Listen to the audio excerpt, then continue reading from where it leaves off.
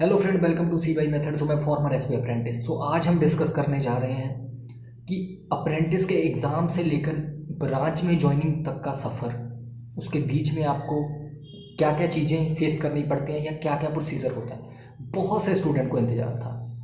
इस वीडियो को ज़्यादा से ज़्यादा शेयर कर देना जो आपके फ्रेंड सर्कल में है, जहाँ पे भी, क्योंकि इस वीडियो को इंतज़ार सभी को था। देखिए, अगर आप चैनल पे नए हैं तो चैनल को सब्सक्राइब कर लीजिए, क्योंकि कोई भी अगर नोटिफिकेशन एग्ज़ाम के रिगार्डिंग होती है या अप्रेंटिस के रिगार्डिंग तो आपको सबसे पहले इसी चैनल पे मिलती है। तो आप चैनल को सब्सक्राइब कर लीजिए और वीडियो को शेयर जरूर कर देना। बहुत से स्टूडेंट इंतजार कर रहे हैं। तो अब हम शुरू करते हैं।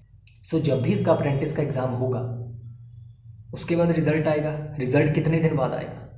रिज़ल्ट आपको विद इन 10 डेज़ के अंदर आपको जो वो रिज़ल्ट है मिल जाएगा। और रिज़ल्ट जो है इसकी पीडीएफ में आती है। एग्ज़ाम देने के बाद ऐसा नहीं है कि आप साइट पे अपना रोल नंबर और डेट ऑफ बर्थ या जो कैप्चा कोड है वो फिल करोगे, आपको फिर जो है अपने मार्क्स दिखाएंगे वहाँ पे कट ऑफ। ऐसा कुछ नहीं है इसमें। आपको सिंपली जो है एक पीडीएफ आएगी। पीडीएफ डाउनलोड करके आप उसमें से अपना रोल नंबर आप उसमें अपना सर्च करोगे। अगर आपका नाम है देन यू आर सिलेक्टेड। तो ऐसे नहीं आएगा कि आपको जो है हम जैसे एसबीआई क्लर्क का रिजल्ट चेक करते हैं, बस एक सिंपल पीडीएफ आएगी। ये तो बात हुई कि जब रिजल्ट आएगा। अब रिजल्ट के बाद क्या? अब रिजल्ट आया, आपका रोल नंबर आया, सपोज कर लो। तो रोल नंबर आया। अब उसके बाद क्या? उसके बाद आपको एसबीआई की तरफ से मेल आएगी कि आपको डॉक्यूमेंट वेरिफिकेशन के लिए इस प्लेस पे आपको डॉक्यूमेंट वेरिफिकेशन के लिए इतने तारीख को इतने बजे तक पहुंचना है। उसके बीच में उस डॉक्यूमेंट वेरिफिकेशन के लिए आपको डेट तो आ गई, टाइम भी आ गया, सारा कुछ आ गया, लेकिन उसके उस डॉक्यूमेंट वेरिफिकेशन से जाने से पहले आपको जो चीज़ें फेस करनी पड़ती हैं, आपको जो जो चीज़ें करनी पड़ती हैं प्रोसीजर उसका कंप्लीट करने के लिए, बहुत दिक्कत है, बहुत प्रॉब्लम्स आती हैं। क्या क्या? आपको मेडिकल करवाना होता है तो आप पूरी भागम भाग में लगे रहते हो मेडिकल करवाने के लिए, क्योंकि डॉक्यूमेंट वेरिफिकेशन के लिए साथ में आपको बुला लेता है। तो आप जो है वो सारा प्रोसीजर आपको कंप्लीट करके, ऐसा नहीं है ना कि सीधा फाइल अपनी लेकर 10th-12th सर्टिफिकेट के लेकर चले जाओगे और वेरिफिकेशन हो जाएगी। बिल्कुल ऐसा तो नहीं होता ना।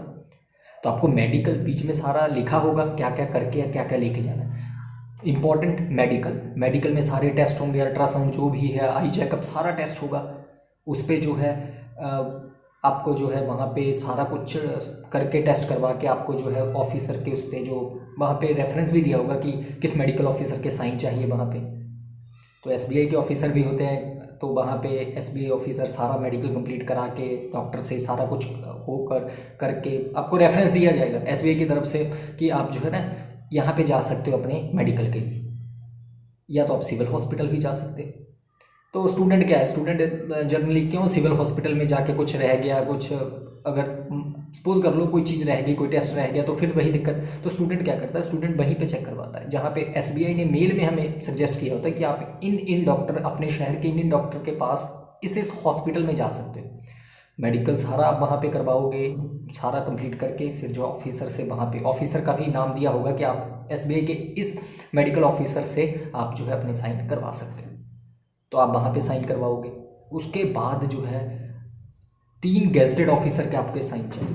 3 गेजेटेड ऑफिसर करेक्टर सर्टिफिकेट पे, वो कंप्लीट भी आपको डॉक्यूमेंट वेरिफिकेशन से आपको जो आपको दिन मिले होंगे उसमें सारा कंप्लीट करना है। 3 गेजेटेड ऑफिसर के। बाकी ओबीसी का सर्टिफिकेट, जर्नल ठीक है, ओबीसी का सर्टिफिकेट 1 साल पुराना।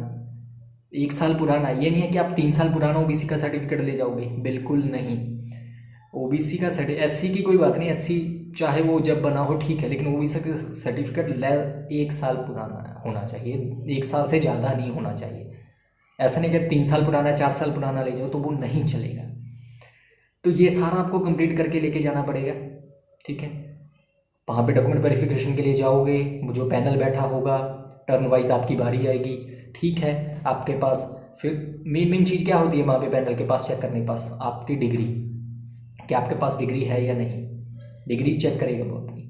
10th-12th सर्टिफिकेट, आपने नोटिफिकेशन में पढ़ा होगा कि एग्ज़ाम के बाद लैंग्वेज टेस्ट होता है। तो लैंग्वेज टेस्ट वही बस आपके जो सर्टिफिकेट है 10th-12th में आपके वहाँ पे देख लिया जाएगा कि आपने हिंदी पढ़ी हुई है। बिल्कुल सबने पढ़ी होती है हिंदी। लोकल लैंग्वेज, मतलब लोकल लैंग्वेज हिंदी तो दिखे, हिंदी तो सबके लिए चलेगी। तो क्या आपने हिंदी पढ़ी हुई है?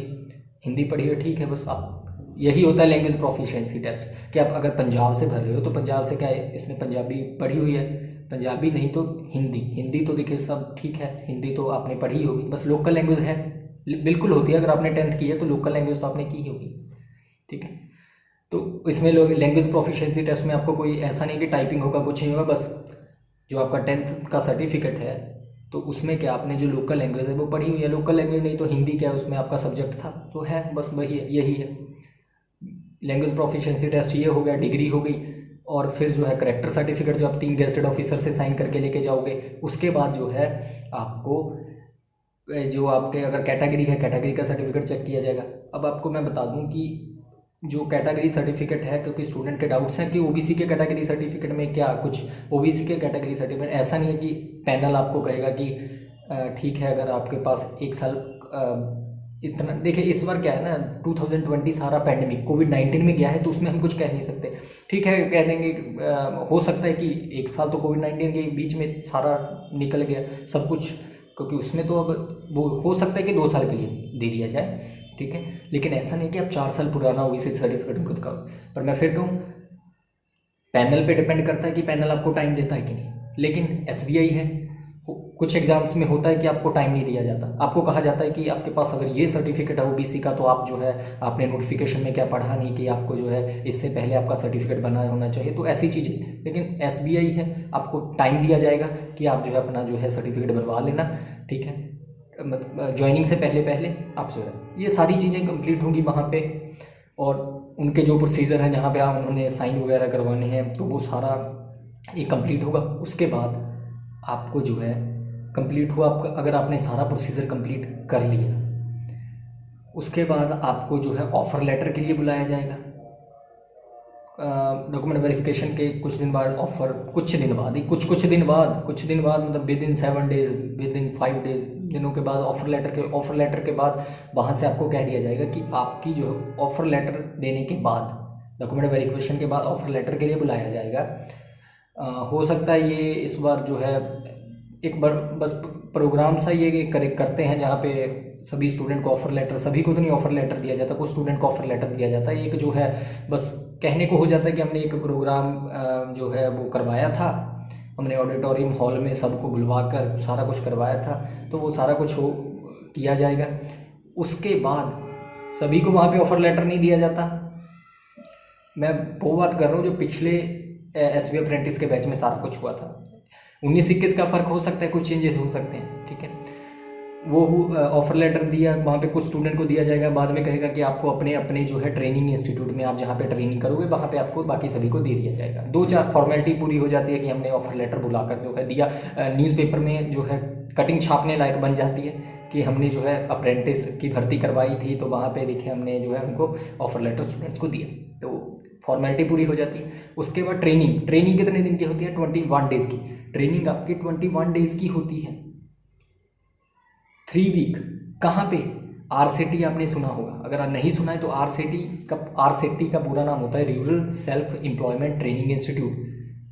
क्लर्क की ट्रेनिंग नहीं वहाँ पे होती, क्लर्क की ट्रेनिंग नहीं। आरसेटी में क्या होता है कि आपको एक स्किल प्रोग्राम के तहत आपको जो है ना क्या होता है आरसेटीज़ में ये रूरल सेल्फ एम्प्लॉयमेंट की जो रूरल लोग हैं उनको, जैसे सिलाई का काम, इस तरह के स्टूडेंट्स को जो सीखना चाहते हैं, स्किल लेना चाहते हैं, उनको सिखाया जाता है आरसेटी इंस्टीट्यूट में। तो आपकी ट्रेनिंग वहाँ पे होगी, 21 दिन की। अब क्या सिखाया जाएगा अब वहाँ पे? अब आपको 21 दिन में क्या सिखाएगा?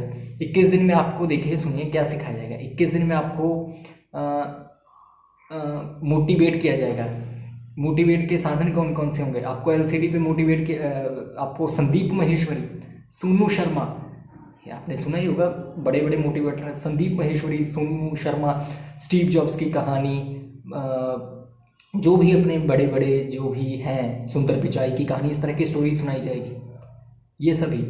और एक उनका सिलेबस होगा, वो आपको बताते रहेंगे वहाँ पे जो भी होते हैं एसबीआई के जो भी इनका स्टाफ होता है आरसीटीज़ में, तो वो आपको सिखाएगा, बाकी आपको मोटिवेट करते रहेंगे। इसे 21 दिन की ट्रेनिंग होगी, 21 दिन की कंप्लीट ट्रेनिंग। फिर आती है बात ब्रांच की कि हमें ब्रांच कहाँ पे मिलेगी, क्योंकि वो पहले नहीं आपको पता होती। वो 21 दिन की ट्रेनिंग के आपको 19 और 20वें दिन जाकर पता लगती है कि वो आपकी ट्रेनिंग कहाँ पे होगी। वो ट्रेनिंग आपको बहुत नज़दीक दी जाएगी। आप इसकी दिक्कत मत लेना जो भी स्टूडेंट ले रहे हैं कि बहुत दूर मिलेगा, बिल्कुल नहीं।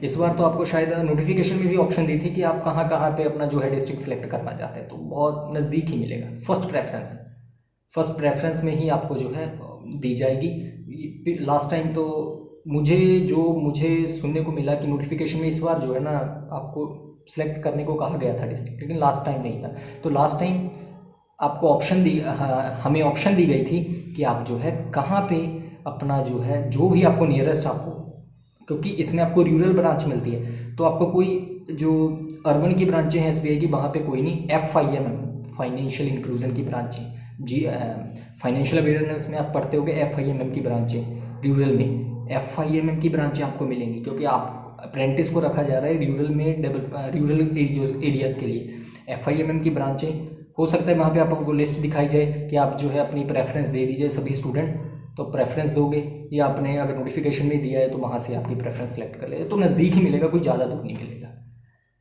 और उसके बाद फिर वही कि आपके जो वो आपका लेटर आ जाएगा कि आपको इस ब्रांच में जाना है।